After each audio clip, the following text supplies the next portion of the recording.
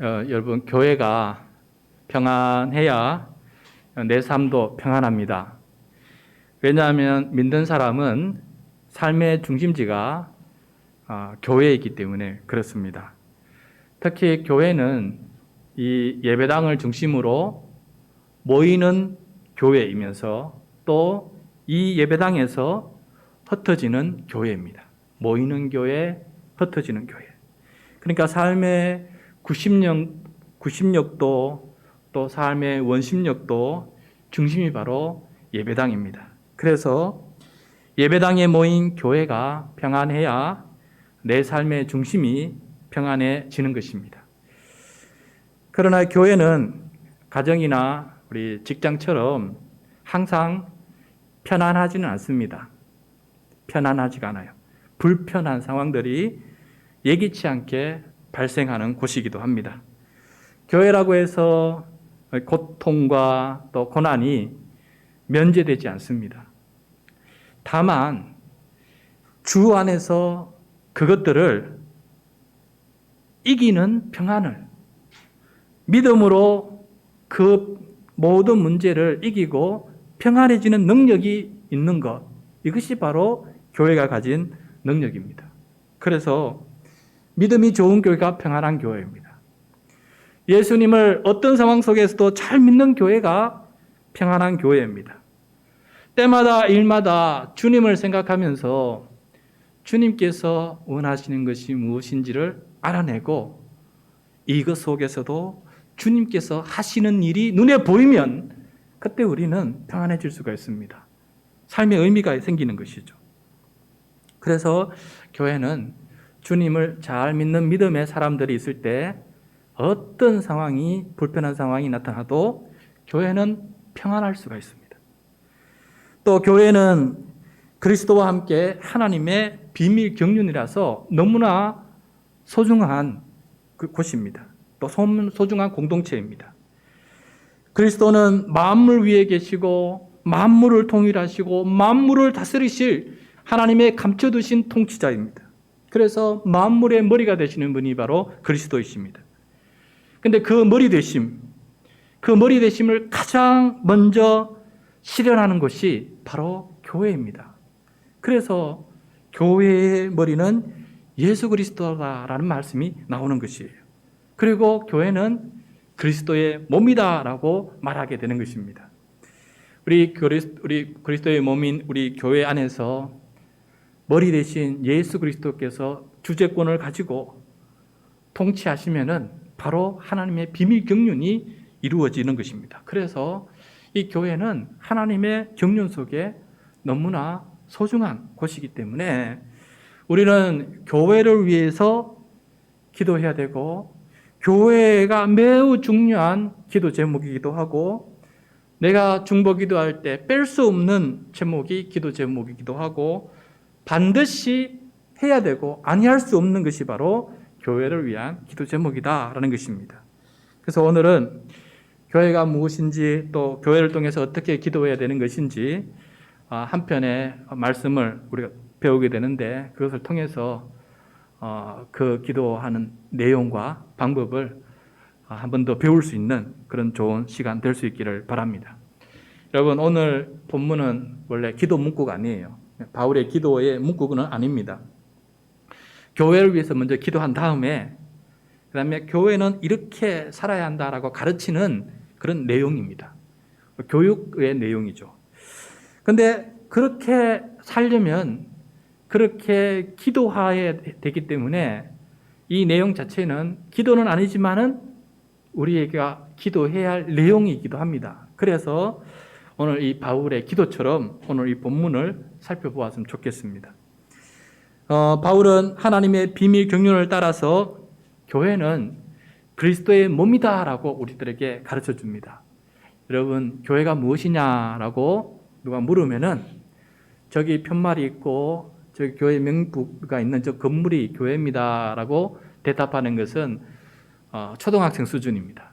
그러나 우리는 이제는 교회가 무엇입니까? 라고 물을 때 우리 마음 깊은 곳에 교회는 그리스도의 몸입니다 라고 말할 줄 알고 그렇게 교회를 정의할 줄 알게 되면은 교회를 바라보는 우리들 생각이 많이 다르게 됩니다. 교회가 뭐냐? 교회는 그리스도의 몸입니다. 그래서 신약 성경에서 교회에 대한 가장 좋은 정의가 바로 그리스도의 몸이다라는 정의입니다. 그리스도는 머리가 되시고 교회는 그리스도의 몸이 되는 것이에요. 여기서 머리라고 하는 말은 그리스도께서 교회의 주인이시다. 교회의 주인이시다. 주인이 누구냐에 따라서 교회는 달라지죠. 몸은 달라지죠. 그래서 그리스도는 교회의 주인이시다. 그리고 교회는 그리스도를 따라 움직이는 공동체이다. 누구를 따라 움직이는 공동체라고요? 그리스도를 따라서 움직이는 공동체다. 이거 변하지 않는 우리들의 교회관이 되어야 됩니다. 교회는 무엇이냐? 그리스도의 몸이고 머리는 누구시냐? 그리스도이시고 그러므로 이 교회는 어떻게 움직여야 되나? 그리스도의 말씀을 따라 움직이는 공동체가 되어야 된다. 이것이 우리가 교회를 생각할 때 늘 마음 앞서서 나오는 그런 설명이 되어야 될 것입니다. 머리이신 그리스도께서는 몸인 교회에 어떤 일을 그럼 하고 계실까? 머리이신 그리스도께서 몸에 어떤 일을 하고 계실까? 그것을 알면 몸인 교회를 위해서 우리가 어떻게 기도해야 될지 더 자세히 알 수 있을 것 같아요. 먼저 그리스도의 몸을 두 가지로 구분을 합니다. 두 가지로. 이 두 가지로 구분하지만 분리는 할 수 없어요. 몸은 찢을 수 없으니까 분리는 할 수 없지만은 이렇게 구분은 합니다. 구분을 하는데 어떻게 구분하느냐? 몸은 두 가지인데 하나는 마디가 있고 다른 하나는 지체가 있다.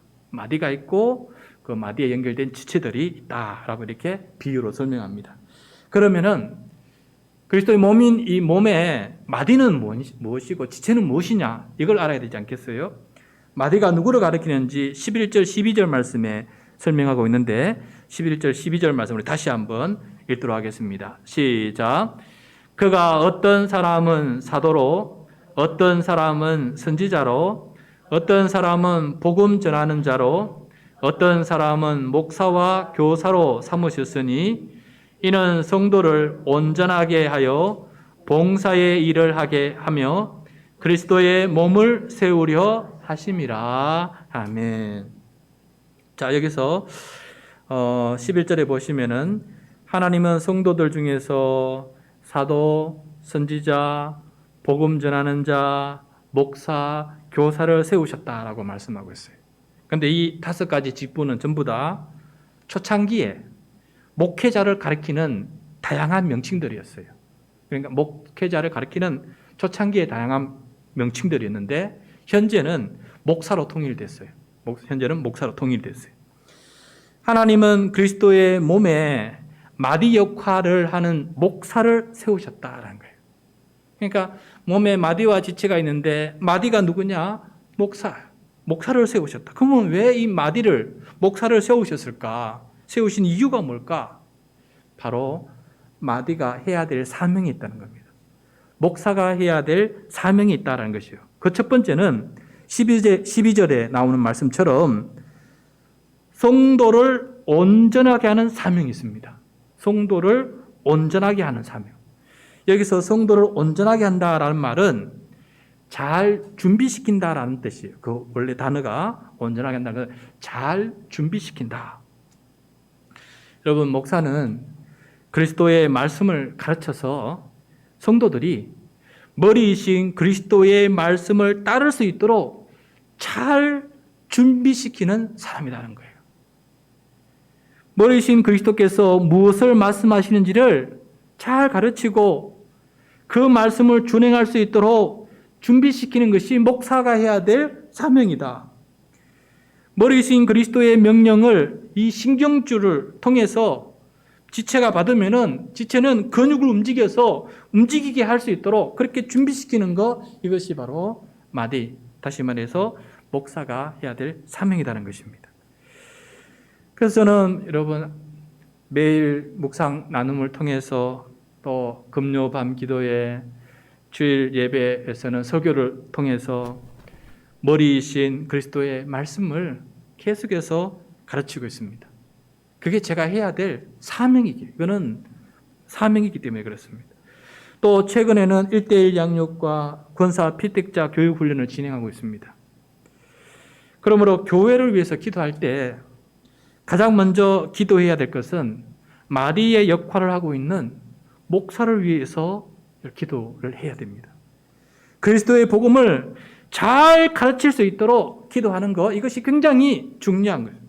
그리스도의 말씀이 살아 움직이는 교회가 되지 못하면은 교회가 아니기 때문에 그렇습니다. 그래서 오늘 매일 성경 묵상을 하다가 바울이 에베소 교회 교인들에게 마디와 같은 자기에게 자신을 위해서 이렇게 좀 기도해 주라, 나를 위해서는 이렇게 좀 기도해 주라라고 부탁하는 내용을 보게 되었어요. 그 문구가 눈에 이렇게 크게 다가왔어요. 그래서 성도 여러분, 저를 위해서는 기도할 때 이렇게 좀 기도해 주시면 좋겠습니다. 우리 에베소서 6장 19절 20절 말씀인데, 에베소서 6장 19절 20절 화면을 보면서 같이 읽겠습니다. 시작.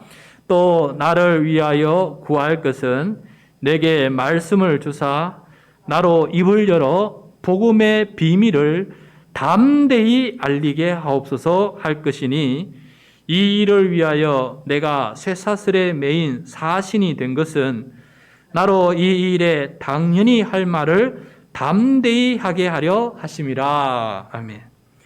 자, 여기서 보면은 저를 위해서 구할 것은 주님께서 우리 목사님에게 말씀을 주셔서 우리 목사님이 입을 열어서 그리스도의 복음의 비밀을 전하시는데, 알리시는데, 그것도 담대히 알리게 해달라. 어떤 환경에, 어떤 어려움 속에 있을지라도, 어떤 환란이 있을지라도 그리스도의 복음을 담대하게 선포하고 알리는 그런 목사님이 되게 해달라.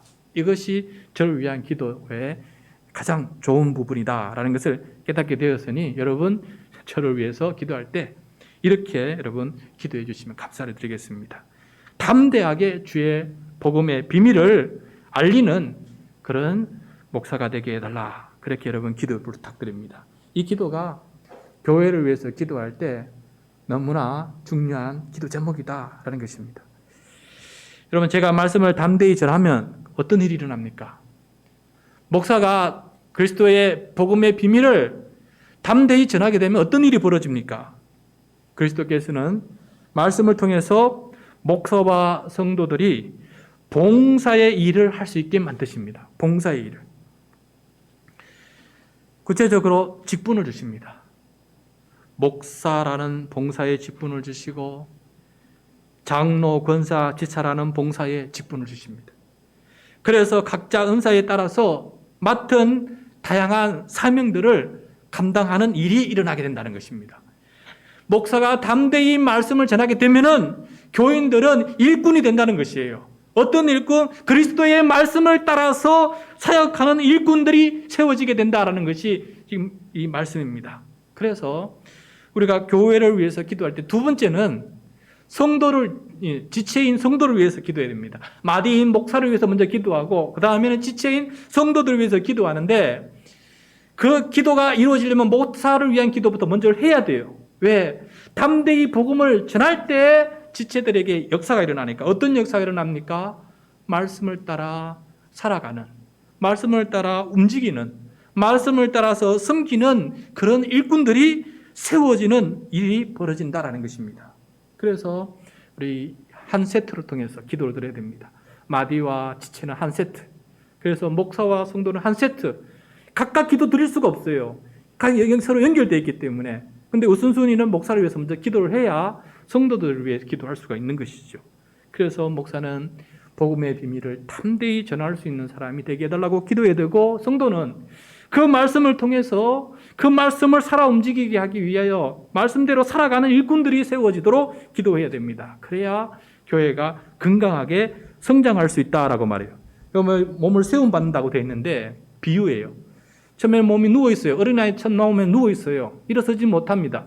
그런데 담대한 말씀을 통해서 그 다음에 일꾼들이 세워지면은 이 몸이 일어섭니다. 일어서서 어떻게 됩니까? 주님이 명하신 곳으로 갈 수가 있는 거예요. 주님께서 가자 하시는 곳으로 갈 수가 있는 것입니다. 주님의 뜻을 이루기 위해서 움직일 수가 있는 교회가 되는 것이에요. 그래서 교회를 위해서 기도할 때 목사를 위해서 기도하고 성도를 위해서 기도하고 그래서 이 몸이 세워져서 주님께서 가자는 곳으로 함께 갈 수 있는 그런 교회가 되게 해주십시오. 이게 교회를 위해서 기도할 때 굉장히 중요한 기도 제목이다라는 것을 오늘 말씀을 통해서 우리가 깨닫게 됩니다. 그런데 오늘 말씀은 이 그리스도의 몸이 해야 될 내용을 좀 더 세부적으로 추가적으로 더 설명해 주는 부분이 이어지고 있어요. 그것은 첫 번째, 이 교회가 하나 되어야 된다는 거예요. 하나가 돼야 이게 일이 주님께 영광이 되지, 안 그러면 문제가 생긴다는 겁니다. 13절, 14절 말씀, 13절, 14절 말씀 같이 읽겠습니다. 시작. 우리가 다 하나님의 아들을 믿는 것과 아는 일에 하나가 되어 온전한 사람을 이루어 그리스도의 장성한 분량이 충만한 데까지 이르니니 이는 우리가 이제부터 어린아이가 되지 아니하여 사람의 속임수와 간사한 유혹에 빠져 온갖 교훈의 풍조에 밀려 요동하지 않게 하려 함이라. 아멘. 자, 먼저 이 마디와 지체는, 이제 마디와 지체 이 몸은 하나님의 아들, 누굽니까? 예수 그리스도시죠. 예수 그리스도를 믿는 것과 아는 일에 하나가 되어야 된다. 예수님을 믿는 것과 아는 것에 하나가 되어야 돼요. 일치가 되어야 됩니다. 여러분, 고린도 교회에는 이 일치를 이루지 못했어요. 하나가 되지 못하고 분파가 생겨났어요. 분파가. 여러분 아시죠? 어떤 성도들은 나는 아볼로파다. 어떤 성도들은 나는 바울파다. 또 어떤 성도는 나는 아볼로도 아니고 바울도 아니고 나는 그리스도파다 하면서 세 부류로 나누어지는 일이 벌어졌어요. 교회가 분쟁이 생기고 분란이 생기고 교회가 하나가 안 되니까 아무리 말씀이 선포가 되고 아무리 성도들이 일꾼으로 세워져도 이렇게 하나가 되지 않으면은 분파가 일어나서 교회가 온전히 한 모습으로 성장해 나갈 수 없다라는 것을 오늘 이렇게 말씀해 주고 있습니다. 그래서 우리 교회를 기도해서 기도할 때 주님, 우리 교회는 다 하나가 되게 해주십시오. 서로가 형제 자매처럼 그렇게 서로가 하나가 되게 해주십시오. 끼리끼리 모이지 않고 다 그렇게 하나가 되도록 주님 도와주십시오. 이게 굉장히 중요한 거예요. 안 그러면 한 마음이 안 됩니다. 뭘 하려고 해도 마음이 모아지지가 않아요. 그래서 굉장히 중요한 기도입니다. 하나가 되게 예수 그리스도를 아는 일과 믿는 일에 온 마디와 지체가 하나가 되지 못하면은 뭐 아무것도 하면 할수록 시한폭탄이에요. 하면 할수록 폭탄이 터지는 거예요. 그래서 이 하나가 되는 것이 너무나 중요하기 때문에 하나가 되라는 기도 제목이 그 다음에 이어지고 있어요. 그 다음에 두 번째는 성장이 돼요. 하나 되어서 성장하고 성숙하게 해달라. 우리 이 마디와 지체는 온전한 사람을 이루어야 된다고 말씀하고 있어요. 온전한 사람. 갓 태어난 어린아이와 같은 상태에 머물러 있는 것이 아니라 그리스도의 장성한 분량이 충만한 데까지 이뤄야 된다라고 이렇게 말씀하고 있습니다. 그러면 성장하지 않고 성숙하지 못하는 어린아이와 같은 상태에 머물러 있으면 어떤 일이 벌어집니까? 성도들이 성장하지 못하고 성숙하지 못하면 어떤 일이 벌어집니까? 바로 어린아이는 쉽게 사람의 속임수와 간사한 유혹에 쉽게 빠져요. 사탕만 주고 살살 타이르면은 어린아이는 쉽게 사람의 속임수에 가고 간사한 유혹에 빠져서 넘어가는 거예요. 우리 아이들 중에 한 명도 어렸을 때 지나가는 할머니가 길거리에서 야야야야 하면서 우리 집에 가서 맛있는 거 줄게 하니까 따라갔어요. 애가 안 왔어요. 보니까 할머니 집에 가 있는 거예요. 이게 어린아이의 특징입니다. 그처럼 우리가 그리스도 안에서 성장을 하지 않으면은 세상에 이게 좋다더라. 세상에 저게 좋다더라. 그게 쉽게 따라가는 사람이 되고 만다는 것이에요. 세상 풍조에 요동치면은 어찌 예수님을 따라갈 수 있겠습니까? 세상 풍조에 유혹을 받아서 그것에 요동치면은 어찌 주님의 나라를 이룰 수 있는 그런 일꾼이 될 수가 있겠습니까? 그래서 그리스도 안에서 하나가 되어서 성숙하는 사람이 되어야 된다라는 것을 지금 말씀해 주고 있습니다. 그럼 여기서 1차적으로 성장은 숫자가 많아지는 걸 말하는 게 아니에요. 내가, 지체인 내가, 마디인 내가 주를 아는 것과 주를 믿는 것이 성숙해 나가는 것을 말씀하고 있어요. 그렇게 되면 수적인 성장은 뒤따라오는 것이에요. 수적인 성장이 먼저가 아닙니다.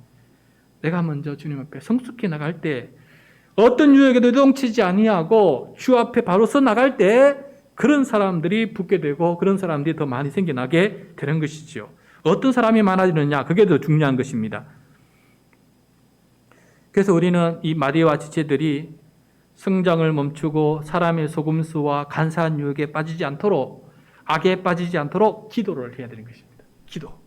하나님, 우리 교회가 이 속임수와 간사한 유혹에 빠져서 이 하나 되지 못하고 성장하지 못하고 정체되거나 오히려 후퇴하는, 그래서 세상의 방식대로 살아가는 사람, 그런 교회가 되지 않도록 하나님 우리 교회를 이 성장하게 성숙할 수 있도록 도와주십시오. 그것이 우리가 해야 될 중요한 기도 제목입니다. 그러니까 하나 되고, 두 번째 일꾼만 되는 게 아니에요. 일꾼 되었으면 일꾼들이 하나가 되어야 돼요. 두 번째, 그 일꾼은 계속해서 성장하고 성숙을 해야 된다라는 것을 말씀해 주고 있습니다. 그럼 그리스도의 이 성장을 해야 되는데 그리스도의 장성한 분량까지 성장을 하라고 되어 있어요. 여러분, 그리스도의 장성한 분량까지 성장할 수가 있습니까? 우리가 그리스도의 장성한 분량이면 어느 정도입니까? 최고의 경지 아니겠어요? 우리가 무엇이관데 그 최고의 경지까지 이룰 수가 있습니까? 어떻게 이런 명령을 할 수 있어요? 적당한 수준에서 한 3분의 1 정도는 따라가라라고 말하면 되지, 어떻게 그리스도의 장성한 분량까지 성장하라라고 이렇게 말씀하는지 그 말씀 우리 한번 보도록 하겠습니다. 15절 16절 말씀, 15절 16절 말씀 시작. 오직 사랑 안에서 참된 것을 하여 범사에 그에게까지 자랄지라. 그는 머리니 곧 그리스도라. 그에게서 온몸이 각 마디를 통하여 도움을 받음으로 연결되고 결합되어 각 지체의 분량대로 역사하여 그 몸을 자라게 하며 사랑 안에서 스스로 세우느니라. 아멘. 자, 15절 16절 말씀을 보면은 처음에 앞부분은 내가 뭐 한다라는 인간의 노력이 있는데 잠시 언급한 다음에 그 뒤에 모든 말씀은 그 인간이 하는 노력 속에서 역사하고 계시는 그리스도의 능력, 도우심을 이만큼 이야기하고 있어요. 그러니까 결국 이 그리스도의 장성한 분량까지 성장하게 하시는 분은 누구냐? 그리스도예요. 한번 보도록 하겠습니다. 15절 앞부분을 보면은 우리는 그리스도의 사랑 안에서 참된 것을 해야 합니다라고 말씀하고 있어요. 우리가 해야 된다는 거예요. 우리가 그리스도의 사랑 안에서 참된 것이 무엇인지 말씀을 통해서 배워서 그 참된 것을 행하는, 그리스도의 말씀을 행하는 사람이 되어야 된다는 거예요. 그 우리의 노력이에요. 우리가 해야 될 지당한 노력입니다. 우리의 노력을 기울여야 돼요. 헌신을 해야 됩니다. 그런데 우리가 참된 일을 한다는 것은 내가 하는 것이라고 생각을 하면 안 된다는 거예요. 이게 굉장히 중요한 비밀이에요. 내가 하는 것 같지만 내가 하는 것이 아니라 실은 내 안에서 하나님께서 하시는 것이다라는 거예요. 그 일을 하나님께서 만드셨다는 거예요. 여러분, 이 말씀을 여기서는 말씀하고 있지 않지만은 빌립보서 2장 13절 14절에서 이렇게 말씀하고 있어요. 우리 화면을 보면서 빌립보서 2장 13절 14절 말씀 같이 읽겠습니다. 시작.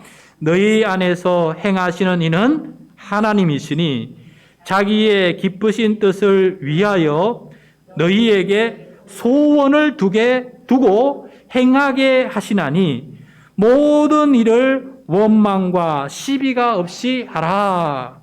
자, 여기서 말씀 보십시오. 너희 안에서 행하시는 이는 하나님이시다. 내가 주의 말씀을 듣고 그래, 주의 말씀대로 내가 이렇게 살아야지, 그렇게 결단을 내리고 그 일을 한다고 했을 때 그것을 내가 한다라고 생각하면 아니 됩니다. 오늘 말씀 보면은 그 생각조차도, 그 행함조차도 누가 만드시는 작품입니까? 내 안에서 행하시는 하나님께서 하시는 일이에요. 자신의 기쁘신 뜻을 위해서, 하나님의 나라 뜻을 위해서 우리에게, 우리 마음속에 소원을 두시는 거예요. 소원을 두셔서 그 소원이 나의 소원이 되게끔 만들어주시고 그 소원을 행하게끔 그렇게 만드시는 분이 누구시냐? 내 안에 계시는 하나님, 성령님께서 행하시는 역사다라는 것이에요. 그래서 모든 일을 할 때 인간적인 원망과 시비로 할 것이 아니라 하나님의 시각에서 하나님께서 하시는 일이니까 감사함과 기쁨 속에서 그 일을 감당하게 되면은 그것이 그리스도의 장성한 분량까지 이미 와 있는 거예요. 내가 안다 그러면 이거는 그리스도의 장성한 분량이 아니에요. 누가 안다? 하나님께서 내 안에서, 그리스도께서 내 안에, 성령님께서 내 안에서 소원을 두시고 그 일을 하게 하심으로 이것을 받아들이고 그것을 따라 간다면은 그것이 바로 그리스도의 장성한 분량의 모습이다라는 것입니다. 여러분, 우리에게 이 참 중요한 기도 제목인 것 같아요. 하나님, 우리가 열심으로 최선을 다하되 이것이 내 자랑이 아니고 이것이 내가 다른 사람과 비교돼서 내가 잘난 부분도 아니고 내가 자랑할 것도 못 되고 내가 하는 공로를 드러낼 것도 아니고 이것은 오직 내가 무엇이간데 이렇게 은혜를 입어서 이런 선한 일을 할 수 있도록 나에게 소원을 주시고 그것을 행할 수 있는 의지도 주시고 그것을 결단할 수 있는 의지력도 행력도 주시고 그걸 행할 수 있도록 모든 여건 속에서도 감당할 수 있는 힘을 주시는 것이니까 이 모두 다 하나님의 크신 은혜입니다. 이렇게 얘기할 때 그것이 그리스도의 장성한 분량에 이른 사람의 모습이다라는 것입니다. 그러므로 이거는 찬양할 게 안 돼요. 오직 감사하는 겁니다.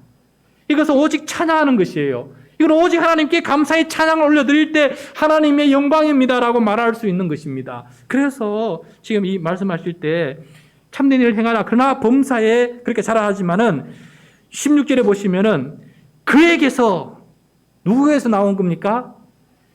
그에게서 나온 겁니다. 그리스도에게서 나온 거예요. 그리스도에게 나오는 뭐가 나왔습니까? 도움이 나온 거예요. 도움.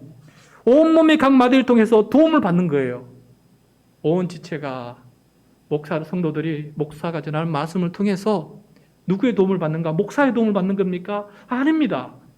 그 말씀을 통해서 역사하시는 하나님의 도움, 그리스도의 머리신 그리스도의 도움을 받게 되니까 그것을 행할 수 있는 것이에요. 도움이 내가 만든 거 아니고 내가 해결할 수 있는 것이 아니고 그리스도의 도움 때문에 이것이 가능하다라고 말씀하고 있어요. 그래서 그리스도께서 역사하시면은 연결되는 것도 쉽고 성도 간에 결합되는 것도 쉽고 성도들 안에서 각 지체의 분량대로 역사한다. 하나님께서 각 사람에게 소원을 두셔서 그 일을 하게끔 만드시는 거예요. 그래서 하나님께서 역사하심으로 교회가 건강하게 하나님께서 원하신 방식으로 그 일들이 이루어지는 거예요. 그래서 몸이 자라는 겁니다.